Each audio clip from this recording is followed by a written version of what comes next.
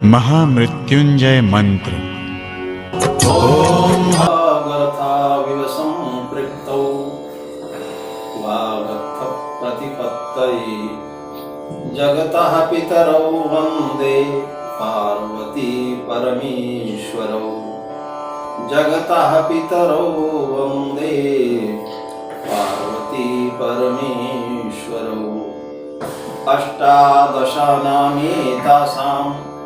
विद्यानां भिन्नवर्त्मनाम् आदिकर्ता कविः साक्षात् शूलपाणिरिति श्रुतिः।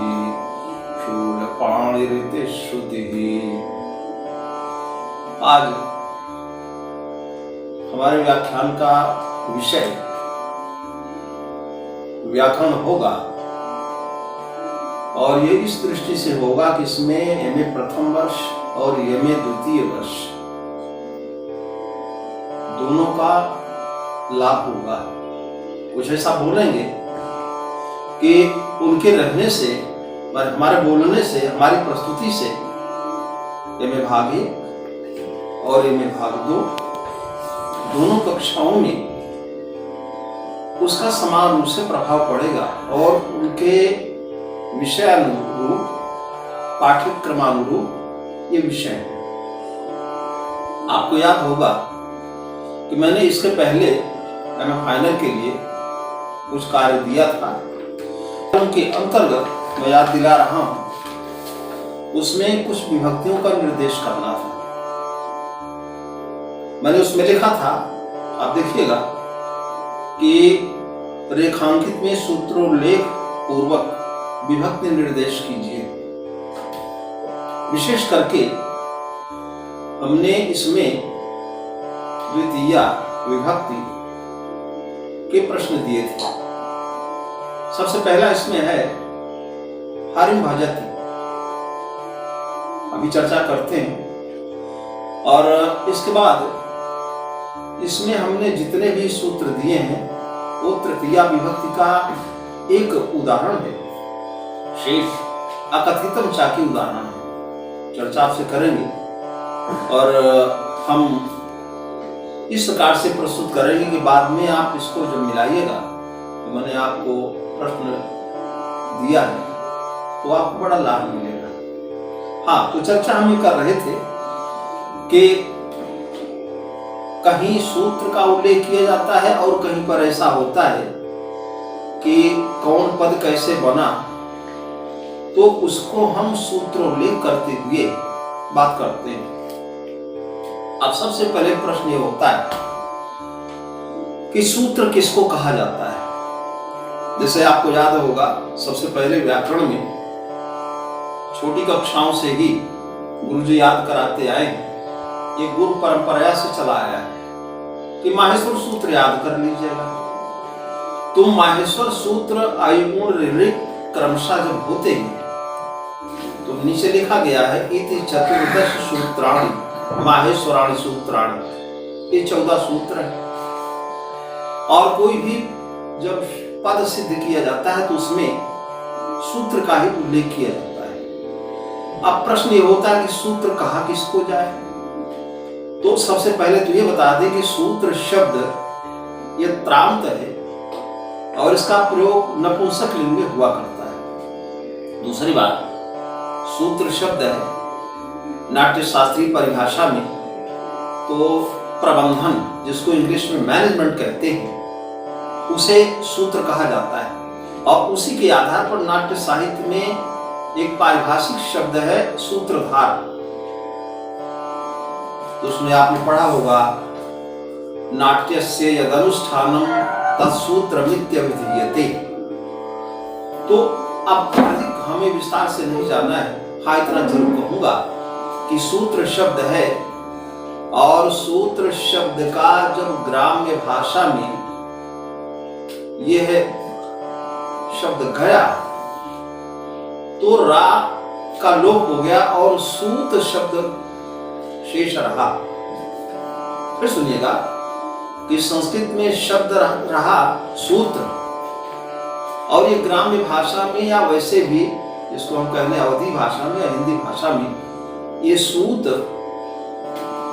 शब्द कहा जाता है। तो सूत्र या सूत्र शब्द ऐसा है जिसका हिंदी में अर्थ होता है धागा, और वह सूत्र एक दूसरे को बांधने में बड़ी सामर्थ्य रखता है। व्याकरण के अंतर्गत जिस सूत्र का प्रयोग हमारे पूर्वज आचार्यों ने किया है, हमारे मुनियों ने किया है, तो उसमें सूत्र ही है। अष्टाध्यायी पाणिनि ने लिखा 8 अध्याय, और इस प्रकार से उसमें सूत्र ही सूत्र भरे पड़े हुए हैं। वर्तमान समय में पाणिनि व्याकरण ही प्रचलित है। तो आज व्याख्या का विषय है कि सूत्र किसको कहा जाए। सबसे पहले तो यही प्रश्न उठता है। तो सूत्र के लिए हम अभी तो बोल ही रहे हैं, लेकिन देखिएगा हम आज सूत्र के संदर्भ में बताएंगे। तो यहाँ एक हम आपको स्वहस्त लिखित कागज पर दिखा रहे हैं, और वीडियो आप देखेंगे तो वीडियो में आपको क्लियर होगा, और इसे हम एमए प्रीवियस और एमए फाइनल के व्हाट्सएप पर जो ग्रुप बना हुआ है वहां भी भेज देंगे, आप देखिएगा। तो इसमें देखिएगा सूत्र का जो लक्षण है या सूत्र की परिभाषा है, उसमें कहा गया है, हम कारिका ही पढ़ते हैं, अल्पाक्षरम संदिग्धम सारवत विश्वतो मुखम अस्तोभमनवद्यम च सूत्रम सूत्रविदो विदुः। आपको दिख रहा होगा, अब मैं व्याख्या उसकी कर दे रहा हूं। अल्पाक्षरम, इसमें अल्प अक्षर हूं, अल्प माने थोड़ा, ऐसे इनको जाना चाहिए। और भी अल्पाक्षर है जो हुकुम है। तो इस प्रकार से सूत्रों को कहते हैं जिनमें अल्प अक्षर हो। कहीं कहीं ऐसा होता है कि सूत्र बड़ा लंबा हो जाता है, जैसे चोरेत इत्यादि जब पद बनता है तो वहां पर 22 शब्दों का संग्रह किया गया। सत्यापपास रूप मीना तूल श्लोक सेना त्वच वर्म वर्ण चूर्ण चुराति भ्रूणिच, वहां पर ऋणिच प्रत्यय लगा और सूत्र है वहां लंबा हो गया। लेकिन जहां पर अल्प अक्षर हो उसे सूत्र कहा जाता है। दूसरा, इसका जो स्वरूप है असंदिग्धम, कि जिसमें संदेह का अवसर न हो। सारवत, और जो सारहीन हो। विश्वतोमुखम, और संपूर्ण लोग उसको स्वीकार करें।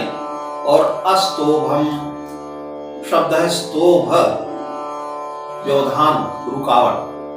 अस्तोभम बिना किसी रुकावट के। अस्तोभम अनवद्यम च, और अनवद्य शब्द का अर्थ होता है निर्दोष। तो सूत्रवेत्ताओं ने इसे ही सूत्र के रूप में कहा है। फिर से पढ़ता हूं, सुनिएगा। अल्पाक्षरम संदिग्धम सारवत विश्वतो मुखम, अल्पाक्षरम संदिग्धम सारवत विश्वतो मुखम अस्तोभम अनवद्यम च सूत्रम सूत्रविदो विदुः। अब प्रश्न होता है कि ये सूत्र कितने प्रकार के होते हैं। सूत्र की परिभाषा, सूत्र का लक्षण तो मैंने बता दिया, लेकिन सूत्र कितने प्रकार के होते हैं? तो सूत्र 6 प्रकार के होते हैं। मैं पढ़ रहा हूं और फिर से दिखा रहा हूं, आप देखिएगा। संज्ञा च परिभाषा च विधिर नियम एव च। आप देखिएगा इसमें लिखा गया है संज्ञा च परिभाषा च विधिर नियम एव च अतिदेशोधिकारश्च षड्विधम सूत्रम उच्यते। यह इसको कहा गया है कि षड्विधम सूत्र लक्षणम। तो पहली बात क्या है? पहली बात है कि संज्ञा सूत्र कहा जाता है। आपने पढ़ा होगा जब सिद्धांत कौमुदी में, तो वहां जो भी सूत्र आया तो लिखा गया संज्ञा सूत्रम। इसका एक प्रसंग ही लोक सिद्धांत कौमुदी में है, संज्ञा सूत्र प्रकरणम। आपको याद होगा पद किसको कहते हैं? सुत्तिगंतम पदम। तो ये पद संज्ञा को बताता है। संज्ञा का अर्थ होता है नाम। पद कहाँ कहा जाएगा? सुत्तिगंतम पदम, सुबंत और तिगंत की पद संज्ञा होगी। संयोग किसको कहा जाता है? तो या फिर आगे उसमें और भी बहुत सारी बातें हैं, बहुत सारी संज्ञाएं आई हुई हैं जिनको आपने पढ़ा हुआ है। तो इस प्रकार से संज्ञाएं माने नामकरण कि पद किसको कहते हैं, संयोग किसको कहा जाता है, और संहिता किसको कहते हैं? परा संधिकर्षा संहिता। ध्यान देगा, संस्कृत में संधि शब्द का प्रयोग नहीं हुआ है, वहां संहिता कहा जाता है। जैसे आपको याद होगा कि जब आपने असंधि प्रकरण में सबसे पहली संधि को जब पढ़ा आपने, तो वहां पहली संधि क्या थी? वो पहली संधि थी, उसका नाम था यण संधि। तो इको यण सूत्र था और उसकी वृत्ति के रूप में लिखा गया कि इका स्थाने यण स्यादच संहितायाम विषये। संहिता के विषय में अर्थात संधि के विषय में तो हिंदी में हम लोग भले कहें कि संधि है, लेकिन संस्कृत में हमारे व्याकरण के अंतर्गत संधि का प्रयोग नहीं किया गया, संहिता किया गया। दूसरी बात कि हम सामान्य रूप में भले कह दें कि संधि हो गई, संधि कर दी गई, लेकिन संधि शब्द का जो प्रयोग होता है वो पुल्लिंग में किया जाता है। हाँ, दूसरी बात, अब अपने विषय पर आते हैं। तो संज्ञा च परिभाषा च, संज्ञा सूत्र होता है जहां पर कि नाम दिया जाता है, पद या संयोग, संहिता या टी संज्ञा या सर्वनाम संज्ञा। ये पहला क्या हो गया? संज्ञा सूत्र। दूसरा क्या है? परिभाषा च, परिभाषा सूत्र। परिभाषा सूत्र क्या है? अनियमे नियम विधि परिभाषा, कि जहां पर नियम न बन पावे और नियम बना दिया जाए उसको कहते हैं परिभाषा सूत्र। कैसे? आपने पढ़ा, वही उदाहरण दूंगा। या आपने पढ़ा है इको यणच, इक के स्थान पर यण होता है, तो इक के अंतर्गत ई उ री री ये चार वर्ण आते हैं और उनके स्थान पर या वा रा ला होता है। अब प्रश्न ये होता है कि इक प्रत्याहार में भी चार वर्ण, ये यण प्रत्याहार में भी चार वर्ण, तो किसके स्थान पर क्या होगा? ई के स्थान पर या होगा कि उ के स्थान पर वा होगा, या किसकी व्यवस्था कैसे होगी? तो परिभाषा इसको कैसे कहा जाता है? तो उसमें आप ध्यान देगा तो एक सूत्र है वह स्थानेंतर तमा, कि जब हम प्रयत्न को मिलाते हैं, उदाहरण देखिएगा, इक के स्थान पर यण, तो ई को होता है या। अब स्थानेंतर तमा सूत्र यह परिभाषा देता है कि कहां पर क्या हो, ई के स्थान पर या होगा कि वा होगा। तो ये वहां पर प्रकट किया गया कि वहां पर प्रयत्न के आधार पर निश्चित कर लेना चाहिए। जैसे ई के स्थान पर क्यों या होता है, तो ई का उच्चारण स्थान क्या है? इचु यशा नाम तालु, तो ई के स्थान पर या होता है। और जो मैंने ये सूत्र पढ़ा उसमें इचु यशा नाम तालु, ई भी आ गया, या आ गया, इसलिए ई के स्थान पर या होगा। तो पहला क्या है? संज्ञा च परिभाषा च और विधि नियम एवं च। विधि सूत्र क्या है? विधि सूत्र उसे कहते हैं, आप ध्यान देगा, विधि सूत्र हम उसे कहा करते हैं कि जैसे यण संधि है तो इक के स्थान पर यण होगा, अच परे रहते, ये विधि सूत्र है। और नियम सूत्र क्या है? तो नियम सूत्र उसको कहते हैं कि जैसे कोई एक नियम चल रहा है, लेकिन यदि वही बात नियम से और आगे हट करके कुछ होने लगे तो वहां पर उसको हम उस रूप में स्वीकार करते हैं। अब हम उदाहरण के रूप में आपको बताते हैं कि जैसे हम बता रहे हैं कि वो क्या है, कि जैसे धातु एकाचो हलादे क्रिया समभिहारे यम। एकाच धातु माने ऐसी धातु जिसमें एक ही स्वर हो, तो क्रिया का समभिहार जब होता है तो वहां यम प्रत्यय का विधान है। समभिहार का क्या अर्थ है? पुनः पुनः अतिशयन वा भवति इति समभिहार, कि बार बार कोई कार्य होता है वही समभिहार। तो अब जैसे वो भूयते तो बार बार होता है, ये अर्थ होता है। लेकिन यम प्रत्यय और भी जगह लगता है, वो कैसे लगता है? वो लगता है कि देखिए यंग प्रत्यय वहां भी लगेगा जहां गत्यर्थ धातु, और नित्य कुटिलता वहां पर व्यक्त हो। सूत्र है नित्यम कौटिल्य गतम, कि नित्य कौटिल्य, कौटिल्य कुटिलता, टेढ़ापन। तो जैसे वह टेढ़ी मेढ़ी चाल चलता है, तो ब्रज धातु के एकाच है ना, धातु रेकाचो हलादि क्रिया समभिहार्य, तो यहाँ पर एकाच धातु तो है, यह प्रत्यय भी होगा, लेकिन यहाँ पर क्रिया समभिहार नहीं है, यहाँ पर कुटिलता व्यक्त है। इसलिए नित्यम मान नित्य, कौटिल्य कुटिलता व्यक्त की जाए। कहाँ पर? गतौ, गत्यर्थ धातु हो तो ब्रज धातु का होता है जाना चलना। जैसे हरिर ब्रजति, हरि चलते हैं, तो ब्रज धातु एकाच धातु है। तो इस ब्रज धातु में जब कुटिलता व्यक्त करना होगा तो ये बनता क्या है? बा ब्रज्यते। ध्यान देगा, बा ब्रज्यते में ब्रज धातु है और यंग प्रत्यय जो लगा वो समविहार के रूप में नहीं लगा। ये कहाँ लगा? ये लगा नित्य कुटिलता के अर्थ में। तो मैंने आपको बता दिया संज्ञाचा, परिभाषाचा, विधिर नियम एवच और अतिदेशोधिकारश्च।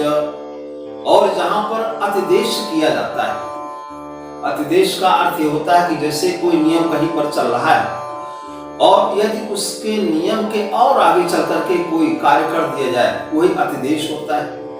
और फिर है आगे अधिकार सूत्र। तो अधिकार सूत्र उसको कहते हैं जो किसी भी प्रकरण में आरंभ में आता है और वो प्रकरण जब तक चलता है तावत पर्यंत उस सूत्र की पुनरावृत्ति होती जाती है। जैसे आपको याद होगा कि आपने स्त्री प्रत्यय प्रकरण पढ़ा, तो उसमें पहला जो सूत्र है स्त्रियाम, स्त्रियाम आया, और दूसरा सूत्र है अजाद देतस्ता, अजाद गण में पठित और अदंत शब्दों से स्त्रियाम, स्त्रीत्व की विवक्षा में टा प्रत्यय होता है। तो स्त्रियाम स्त्रियाम स्त्रियाम स्त्रियाम, ये युग्मस्ति स्त्री प्रकरण का ये अंतिम सूत्र है, वहां तक स्त्रियाम होता है। तो संज्ञाचा, परिभाषाचा, विधिर नियम एवच अतिदेशोधिकारश्च षड्विधम सूत्र लक्षणम। तो इस प्रकार से ये बात है। और एक प्रश्न और भी किया गया, मैंने देखा उसमें, वो प्रश्न ये था कि काल समय बेलासु तुमुन, किसी आप में से ये प्रश्न किया था हमारे टीचर से, ये सूत्र आप हमको समझाने का कष्ट करें। तो काल समय बेलासु तुमुन, तुमुन प्रत्यय, और उसमें कई सूत्र दिए गए लेकिन वो सूत्र आपके कोर्स के नहीं है।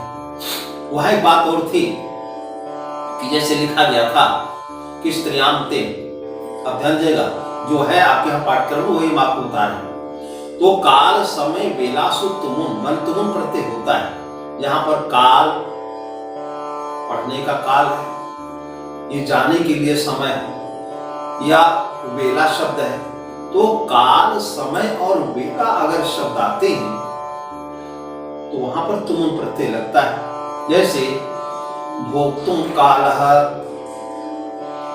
तो ये है आपसे पूरा वाक्य जब पूछा जाएगा कि भोक्तुम कालः, तो भोक्तुम के नीचे अंडरलाइन कर दिया जाएगा। आप इसमें सूत्र निर्देश कीजिए। तो काला शब्द आया है और भोक्तुम माने भोग करने के लिए। तो अब तुमुन प्रत्यय कैसे लगा? तो भुज धातु है और चूंकि यहाँ पर काल शब्द आया है, कालवाची ही काल शब्द ही आया है, इसलिए तुमुन प्रत्यय हुआ। तो भुज धन तुमुन, और भुज शब्द जो है तो इसमें ध्यान देगा भुज जा, ये चवर का तीसरा मान है ना। तो चोहकु एक सूत्र है, उसके आधार पर कि शब्द के भीतर भी आने वाले चवर को कवर कर दिया जाता है यदि उसके आगे झल आवे, झल प्रत्याहार का प्रमाण आवे। या पद के अंत में आओ तब भी हो जाएगा। तो भुज धातु है, तो उन प्रत्यय आप चौकों से भुज का हो जाएगा भुग। भूग क्यों होगा? चवर का कवर हुआ, तो चवर का वहां पर जा था, इसलिए कवर का यहाँ पर गा हो गया। और फिर यहाँ पर जो गुण कार्य कर देंगे तो यहाँ पर भोक्तुम बन जाएगा। दूसरी बात पूछा गया था स्त्रियाम तिन, तो स्त्रीत्व की विवक्षा में तिन प्रत्यय लगाया जाता है, ये भी किसी ने पूछा था। बड़ा अच्छा प्रश्न है, तो इसीलिए हम उसके बारे में भी बता देना चाहते हैं। जैसे युवन शब्द है, युवन या छोटा हुआ न अल और धन तिन, तो तिन है तो तिन में आप धन देंगे, आधा का पहले है और ना बाद में है, तो आधा का लशक व तद्धिते से और फिर तस्य लोपा और बाद में ना है, तो वहां पर हलंत्यम से ये है, वहां पर लोप संज्ञा होगी और लोप हो जाएगा। फिर सुनिएगा तो वहां पर क्या बनेगा, आप ध्यान देंगे तो युवन शब्द है, युवन और धन तिन, तो तिन में अनुबंध लोप कीजिएगा तो खाली बचेगा ती। अब बचा शब्द क्या, युवन धन ती, और युवन में ना है ना, तो नलुनता प्रातिपदिकांत से, प्रातिपदिकांत का ना जो होता है उसका लोप हो जाता है। यही हमें भी आपको बता दें कि ये प्रातिपदिक क्या है, तो सुबद्ध और तिगंत की तो पद संज्ञा होती है, लेकिन अगर उसका रूप नहीं चला, जैसे लिखा गया राम, तो राम क्या है, प्रातिपदिक है, और राम क्या है, ये पद है। तो युवन है, तो युवन ये है प्रातिपदिक है और उसमें नांत पद है, इसलिए ना का जब लोप हो जाएगा तो युवधनति, और जब विभक्ति कार्य कर देंगे तो युवती बन जाएगा। हमको विश्वास है कि हमारे पढ़ाने से आपको बात समझ में आई होगी। फिर आपको बता देते हैं, जैसे मैं फाइनल के लिए हमने कुछ प्रश्न दिया, चिन्हित कर दिया था। हरिम भजत, तो हरिम भजत माने हरि का भजन करता है।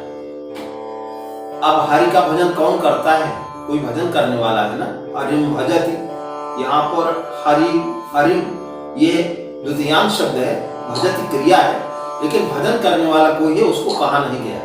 तो आप ध्यान देगा, एक सूत्र है वहीं पर द्वितीया के आरंभ में कर्तु रीप से तमम कर्म, हरिम भजति में भज धातु का कोई कर्ता है और उस कर्ता को दिखाया नहीं गया।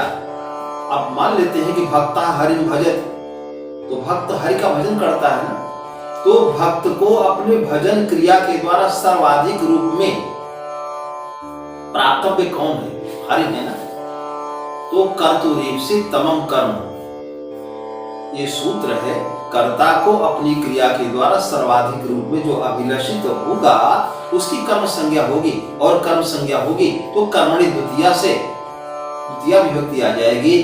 तो हरि की कर्म संज्ञा पहले करें, किससे, कर्तुरीप से तमम कर्म से, और फिर जब कर्म संज्ञा आपने कर लिया तो सूत्र क्या बताता है, कर्मणि द्वितीया, कर्म में द्वितीया विभक्ति होती है। तो इस प्रकार से हरि भजति बन गया। और बहुत चीजें इसमें है, जैसे हमने एक और दिया था कि सुधाम क्षीर निधि मथनाथ, तो क्षीर सागर का मंथन करता है, लेकिन हिंदी में जब अनुवाद करिएगा तो आपको यही लिखना पड़ेगा कि अमृत के लिए, सुधा माने अमृत ना, सुधाम क्षीर निधि मथनाति, अमृत के लिए क्षीर सागर का मंथन करता है। तो अमृत के लिए संस्कृत शब्द क्या है, सुधा, तो के लिए आप बताइए कौन सी विभक्ति लगती है। जैसे आपको याद होगा, प्रथमा ने द्वितीया को तृतीया से द्वारा चतुर्थी के लिए, तो यहाँ पर होना क्या चाहिए था, सुधाये क्षीर निधि मथनाति, तो क्षीर निधि का मंथन करता है अमृत के लिए।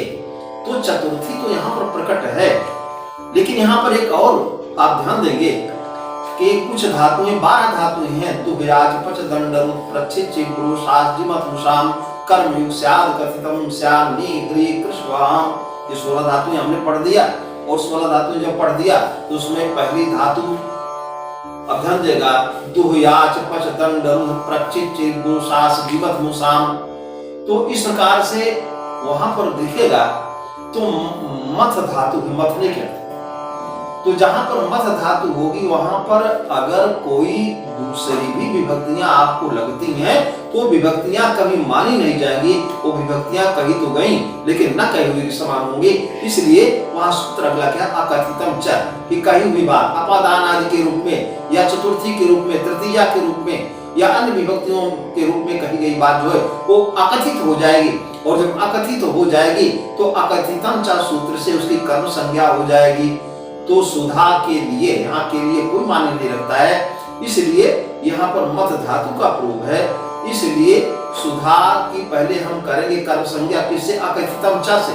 ध्यान देगा, कर्तु समम कर्म से नहीं करेंगे, कर्तु रेपसित तमम कर्म से हम नहीं कर पाएंगे, हम करेंगे किससे, अकथितम च की चतुर्थी कही तो गई लेकिन न कही हुई के समान हो जाएगी। तो जब सुधा में अकथितम च से कर्म संज्ञा हो गई तो फिर कर्मणि द्वितीया उसका फल है, और फिर क्या होगा कि सुधाम हो जाएगा।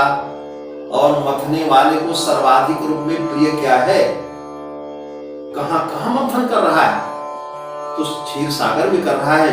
इसलिए क्षीर निधि मथनादि, क्षीर निधि की कर्म संज्ञा कर तो तम कर्म से हो गया और कर्मणि द्वितीया से लग जाएगी। हाँ, एक और हमने इसमें दिखाया है जटाभिस्तापसा, वो तृतीया का विषय, उसमें हमने एक सूत्र आपको पढ़ाया है तृतीया के प्रसंग में, और उसमें है कि ये नाम विकारा, जिस अंग के विकृत होने से अंग का विकार लक्षित हो, संपूर्ण शरीर का विकार परिलक्षित हो, तो वहां पर तृतीया विभक्ति होगी। तो अक्षणा काणा, अक्षि शब्द नेत्र और काणत्व दोष है, इसलिए अक्षि शब्द में तृतीया विभक्ति एक वचन का जो रूप आया वो ये नाम विकार से आया। मुझे पूर्ण विश्वास है कि आपको समझ में आया होगा, और यदि नहीं भी आता है तो हम इसको फिर आपसे बताएंगे। धन्यवाद।